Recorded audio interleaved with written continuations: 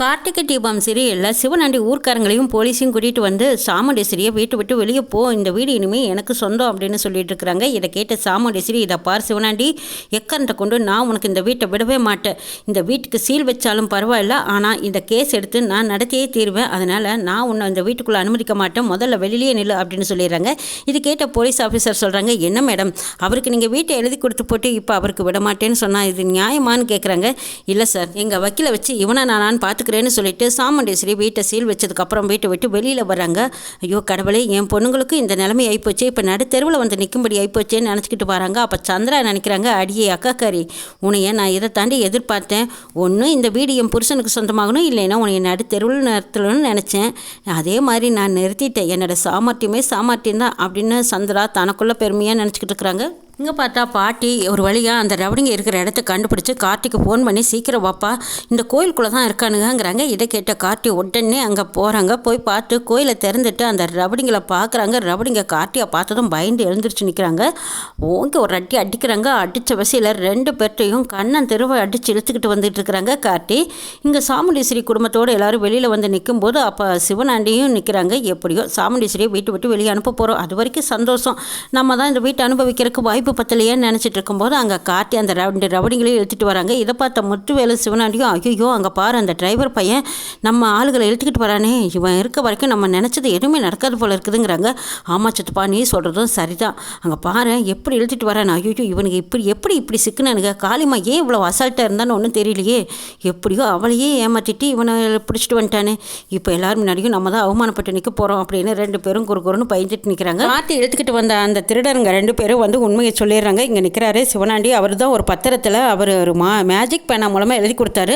அதை வச்சுக்கிட்டு தான் நாங்கள் போய் சாமுண்டேஸ்வரி அம்மா கிட்ட கையெழுத்து வாங்கினோம். அந்த மேஜிக் பேனாவில் எழுதுனதெல்லாம் அழிஞ்சு போச்சு. அதுக்கப்புறம் சாமுண்டேஸ்வரி அம்மா இவருக்கு இந்த வீட்டை எழுதி கொடுத்த மாதிரி அவங்க பத்திரத்தை ரெடி பண்ணி கொடுத்தாங்க சார். இதுக்கு எல்லாத்துக்கும் காரணம் நாங்கள் தானே ஒத்துக்கிறாங்க. இவங்க கொடுக்குற பணத்துக்காக ஆசைப்பட்டு தான் சார் நான் இப்படி ஒரு வேலையை பார்த்துட்டோம், எங்களை மன்னிச்சுக்கோங்கன்னு மன்னிப்பு கேட்டுட்டு இருக்கும்போது சாமுண்டேஸ்வரிக்கு வந்த கோவத்தில் அத்தனை பேர் முன்னாடியும் போய் சிவனாண்டியை பலர் நிறையிறாங்க.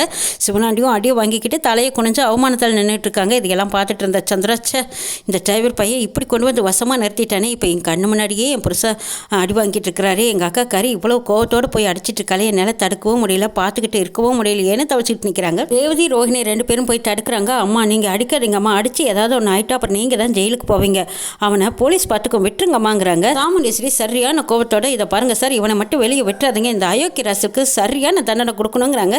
சரி மேடம், நாங்கள் பார்த்துக்குறோம், நீ டென்ஷன் ஆகாதீங்க, நாங்கள் பார்த்துக்குறோன்னு இழுத்துக்கிட்டு போகிறாங்க போலீஸ் இன்ஸ்பெக்டர். சிவனாண்டி முத்துமேல் 2 பேரும் காளிமா கிட்ட வந்து நடந்த விஷயங்களெல்லாம் சொல்லிட்டு இருக்காங்க. அடைச்சி என்னடா இது இப்படி கோட்டை விட்டுட்டு வந்துட்டியே, அந்த லூசு பையன் மயில் வாகனம் கூட என்கிட்டயே அவங்க தந்தரத்தை காட்டினா, ஆனால் அவனை எப்படியோ நான் கண்டுபிடிச்சி வீட்டை விட்டு வெளியே அனுப்பிச்சிட்டேன். ஆனால் அந்த 2 ரவுடிங்களையும் வச்சிருக்கிற இடத்த நான் கூட சொல்லலை. ஆனால் எப்படி தான் அவனுங்களை கண்டுபிடிச்சாங்கன்னு எனக்கு அதான்டா தெரியல, சந்தேகமாக இருக்குது.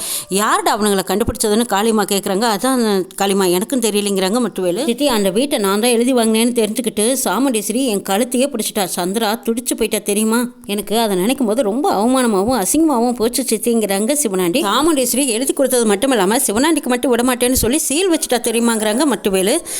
அந்த வீட்டில் சிவனாண்டி உன்னை உட்கார வச்சு அழகு பார்க்கலான்னு நினச்சேன், ஆனால் அது நடக்காமல் போச்சேப்பா, எல்லாமே அந்த டிரைவர் பையன் கெடுத்து நாசமாக்கிட்டானேன்னு காளிமா சொல்லும்போது, இதை பார் காளிமா, அந்த டிரைவர் பையன் அந்த வீட்டில் இருக்கிற வரைக்கும் நம்ம நினச்சது எதுவுமே ஒன்று கூட நடத்த விட மாட்டான். அந்த டிரைவர் பையனுக்கு ஏதாவது ஒரு குடைச்சல் கொடுத்துக்கிட்டே இருக்கணும், அப்போ தான் அவன் ஏதாவது ஒன்றில் மாட்டுவான், அப்போ தான் சாமுண்டேஸ்வரியும் அவனை வீட்டை விட்டு வெளியே விரட்டுவா. அவன் தான் ராஜா சேதுபதியோட பேரன்னு நம்ம எப்படியாவது நிரூபித்து காட்டணுங்கிறாங்க. ஆமாம், அதுதான் கரெக்டு, அவன் தான் ராஜா சேதுபதியோட பேரன்னு நம்மளும் ஏதாவது ஒரு வழியில் அவனுக்கு குடைச்சல் கொடுத்து அவனை நிரூபித்து காட்டிட்டா சாமுண்டேஸ்வரி நிச்சயமாக வெளியே துரத்திடுவா. அதுக்கப்புறம் தான் நம்ம சாமுண்டேஸ்வரி குடும்பத்து மேலே கை வைக்க முடியும், அப்போ தான் அவன் குடும்பமே கலையும். இவன் இருக்க வரைக்கும் நம்மளால் ஒன்றுமே பண்ண முடியாது முத்துவேலு, அதுக்கான ஏற்பாட்டை பாருங்கிறாங்க காளிமா. சரி காளிமா, நீயே சொல்லிட்டியல்ல அவன் தான் ராஜா சேதுபதியோட பேரன்னு, நான் நிரூபித்து காட்டுறேன், நீ ஒன்றும் கவலைப்படாதுன்ட்டு போகிறாங்க முத்துவேலு சிவனாண்டியும். சாமுண்டேஸ்வரி வீட்டில் கார்த்தியை மயில் வாங்கணும்னு சொல்கிறாங்க. இதை பாரு சகல, கடைசி நேரத்தில் ஏதோ அந்த வீட்டை நம்ம வீடுன்னு சொல்லி காப்பாற்றினேன், எல்லாத்துக்கும் காரணம் நீ தான்ப்பா, நீ மட்டும் வராமல் இருந்திருந்தா எல்லாரும் தெருவில் வந்து நின்று இருக்கணுங்கிறாங்க. ஆமாம் மாப்பிள்ளை, எல்லாம் நீங்கள் தான் காரணம், நீங்கள் மட்டும் அந்த நேரத்துக்கு வராமல் இருந்தால் எங்கே போகிறது என்ன செய்கிறதுன்னு தெரியாமல் நாங்கள் தவிச்சிருப்போங்கிறாங்க ராஜராஜன். ஆமாம் மாப்பிள்ளை, எல்லாத்துக்கும் காரணம் நீங்கள் தான் கடைசி நேரத்தில் வந்து இந்த குடும்பத்தையே காப்பாற்றுனீங்கன்னு சொல்கிறாங்க சாமுண்டேஸ்வரி.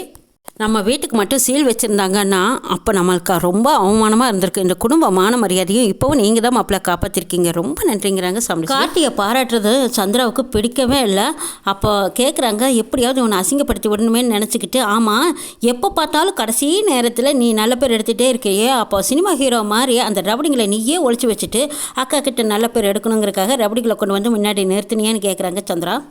என்ன சின்னத்தை இவ்வளோ தூரம் வந்ததுக்கப்புறம் எனக்கு ஒரு உண்மை தெரிஞ்சாகணும்னு சொல்கிற மாதிரி இப்போ கடைசி நேரத்தில் வந்து நம்ம சகலகிட்ட உண்மையை சொல்லுன்னு கேட்டுட்ருக்குறீங்க, என்ன உண்மை தெரியணும் உங்களுக்கு அப்படின்னு மயில்வாகனம் கேட்குறாங்க. அப்போ ராஜராஜனுக்கு கோபம் வருது. என்ன சந்திரா இது, நீ வீட்டை காப்பாற்றுறதுக்கு எந்த முயற்சியும் பண்ண மாட்டேன், ஆனால் மாப்பிள்ளை வீட்டை காப்பாற்றி இந்த குடும்பத்தை மான மரியாதையும் காப்பாற்றிருக்காரு, அவரை போய் நிற்க வச்சு கேள்வி கேட்டுட்ருக்குறேன். என் மாப்பிள்ளை என்ன நல்லது பண்ணினாலும் அவரை குறை கண்டுபிடிச்சிக்கிட்டே தான் இருப்பேன்னு ராஜராஜன் கேட்குறாங்க. ஆமாம், சித்திக்கு மட்டும் இந்த சந்தேகம் தீரவே தீராது. ராஜாவை எப்போ பார்த்தாலும் குறை சொல்லிக்கிட்டே இருக்காங்க, அவங்கள குறை சொல்லினா உங்களுக்கு நிம்மதியாக தூக்கமே வராதா சித்தி அப்படின்னு ரேவதி ஒரு பக்கம் திட்டுறாங்க. சரி, அந்த சண்டையெல்லாம் விடுங்க மாப்பிள்ளை, அவனுங்க 2 பேர்த்தையும் எப்படி கண்டுபிடிச்சிங்கன்னு சாமுண்டேஸ்வரி கேட்குறாங்க. இவ்வளவு நாளாக அந்த 2 பேரும் காளிமா வீட்டில் தான் இருந்திருக்காங்க, காளிமா தான் மறைச்சி வச்சுருக்காங்க. அவங்க வீட்டுக்குள்ளே போய் கண்டுபிடிச்சிருவோன்னு நினச்சிக்கிட்டு அவங்க பூட்டி வச்சிருந்த கோயில் இருக்கு இல்லையா, அந்த கோயிலுக்குள்ளே தான் மறைச்சி வச்சுருக்காங்கங்கிறாங்க. அதுதான் பூட்டி கிடத்தது, அதை எப்படி அங்கே கொண்டு வச்சுருந்தாங்கன்னு கேட்குறாங்க மயில்வாகனம். அந்த இடத்துல கொண்டு போய் வச்சுருந்தா யாருக்கும் தெரியாதுன்னு நினச்சி மறைச்சி வச்சுருக்காங்க. ஆனால் அது எப்படியோ பாட்டி சாமி கும்பிட போனவங்க பார்த்துட்டாங்க, பார்த்ததுக்கப்புறம் தான் எனக்கு ஃபோன் பண்ணி தகவல் சொன்னாங்கன்னு சொல்கிறாங்க கார்த்தி. அத்தை, நீங்கள் தான் பாட்டியை தப்பாக புரிஞ்சிட்ருக்கீங்க, ஆனால் பாட்டி உங்கள் விஷயத்தை பொறுத்த வரைக்கும் நீங்கள் நல்லவங்கன்னு அவங்க நம்பிக்கிட்டு இருக்காங்க. ஆனால் உங்களுக்கு ஒரு தலைகுனிவு வந்துடக்கூடாதுங்கிறக்காக தான் அவங்க கோயிலுக்கு சாமி கும்பிட போயிருக்காங்க. அந்த நேரத்தில் தான் இந்த 2 ரவுடிங்களும் அங்கே இருக்கிறத பார்த்துட்டு உடனே எனக்கு தகவல் சொன்னாங்கங்கிறாங்க. அது சரி, ஆமாம், நீ என்ன எப்போ பார்த்தாலும் அந்த கிழவிக்கே சப்போர்ட் பண்ணிகிட்டு இருக்க, நீ என்ன அவளுக்கு சொந்த பேர்னா என்ன, எப்போ பார்த்தாலும் பாட்டி பாட்டின்னு பெருமையை பீட்டிக்கிட்டே இருக்கேன், எங்கள் அக்கா மனசை மாற்ற நினைக்கிறியாங்கிறாங்க சந்திரா. நீங்கள் ஏன் தாத்தாவையும் பாட்டியும் புரிஞ்சிக்கவே மாட்டேங்கிறீங்கன்னு எனக்கு தெரியலேன்னு கார்த்தி சொல்லும்போது, பாட்டி அக்கா இதெல்லாம் இவனை எல்லாம் வைக்க வேண்டிய இடத்துல வச்சிருக்கணும், இப்போ உன்னையே குத்தி காட்டுறான் பாரு, மூஞ்சிக்கு நேராக தப்பு சொல்லிக்கிட்டு இருக்கான், இவனையெல்லாம் இப்படியே விடக்கூடாதுக்காங்கிறாங்க சந்திரா. ஏன் அம்மாவை தூண்டி விடுற மாதிரி இப்படி பேசிகிட்டு இருக்கீங்க, உங்களுக்கு கொஞ்சம் கூட புத்தியே கிடையாதா, ராஜாவை எப்போ பார்த்தாலும் குறை சொல்கிறதா உங்களுக்கு வேலையா, கொஞ்ச நாள் பழகினதையுமே ராஜாவை பற்றி எங்களுக்கு புரிஞ்சு போச்சு, ஆனால் நீங்கள் ஏன் புரிஞ்சுக்கவே மாட்டேங்கிறீங்கிறாங்க. ஆமாம்மா, பாட்டியும் எவ்வளவு நல்லவங்களா இருக்காங்க, அம்மா பேரில் கொலப்பள்ளி விழுந்த போது பாட்டி தான் காப்பாற்றினாங்க, இப்போவும் நம்ம வீட்டை பாட்டி தான் காப்பாற்றி கொடுத்துருக்காங்க, பாட்டியை பற்றி நீங்கள் தப்பாகவே நினச்சிட்டு இருக்கீங்க, பாட்டியை பற்றியும் நல்லா புரிஞ்சுக்கவே மாட்டேங்கிறீங்கன்னு ரோகிணின்னு சொல்கிறாங்க. ரோகிணி ரேவதி இவங்க எல்லாரும் பாட்டியை பற்றி பெருமையாக பேசும்போது சாமுண்டேஸ்வரி எல்லாரும் கொஞ்சம் நிறுத்துறீங்களா, வாயை மூடுங்க, நீங்கள் என்ன சொன்னீங்கனாலும் சரி, அந்த கேள்வி தான் எங்கள் அம்மாவை கொண்டாங்க, அவங்கள என்னால் மன்னிக்கவே முடியாதுன்னு சொல்லிட்டு போகிறாங்க. இதை கேட்ட சந்திரா, ஆஹா அக்கா எப்பவும் திருந்தவே மாட்டா, இப்படி இருக்கிறதா நம்மளுக்கு நல்லதுன்னு நினச்சிக்கிட்டு போகிறாங்க. சாமுண்டேஸ்வரி ரூமுக்குள்ளே போனதும் கார்த்தியை பற்றியே நினைக்கிறாங்க. ஒருவேளை மாயா சொன்ன மாதிரி சந்திரா சொல்கிற மாதிரி இவன் தான் ராஜா சேதுபதியோட பேரனா இருக்குமா. சாமுண்டேஸ்வரிக்கு சந்தேகம் முளப்பு முட்டிருச்சு. டிடெக்டிவ் தீபாவதி கிட்ட போய் இந்த விசாரணையை பற்றி சொன்னால் நிச்சயமாக அவங்க கண்டுபிடிச்சி கொடுத்துருவாங்கன்னு நினச்சிக்கிட்டு சாமுண்டேஸ்வரி யாருக்கிட்டையும் சொல்லாமல் யாருக்கும் தெரியாமல் தீபாவதியை பார்க்க போகிறாங்க. அங்கே போனதும் அவங்க கிட்ட பேசுகிறாங்க. அதாவது என் வீட்டு மாப்பிள்ளை ரொம்ப நல்லவர் தான், இருந்தாலும் எனக்கு அவர் யார் என்னங்கிறத டீட்டெயில் வேணும், எனக்கு அவர் பேரில் சந்தேகமாக இருக்குது, எனக்கு வேண்டாதவங்களோட மகனா என்னமோங்கிற சந்தேகத்தில் தான் நான் அவங்கள கண்டுபிடிச்சு கொடுக்க சொல்லி வந்திருக்கேங்கிறாங்க சாமுண்டேஸ்வரி. அப்படியா, சரி, அவரோட ஃபோட்டோ அட்ரஸ் ஏதாவது இருக்கா அப்படின்னு கேட்குறாங்க. கார்த்தியோட ஃபோட்டோவை காட்டுறாங்க சாமுண்டேஸ்வரி. இன்னும் 24 மணி நேரத்துக்குள்ள அவன் யாருங்கிறத நான் கண்டுபிடிக்கிறேன்னு சொல்லியிருக்காங்க தீபாவதி. அடுத்தது சாமுண்டேஸ்வரி கார்த்தி யாருங்கிற விஷயம் தெரிஞ்சதும் என்ன நடக்க போகிறோங்கிறதையும் நாளை எபிசோடில் பார்க்கலாம்.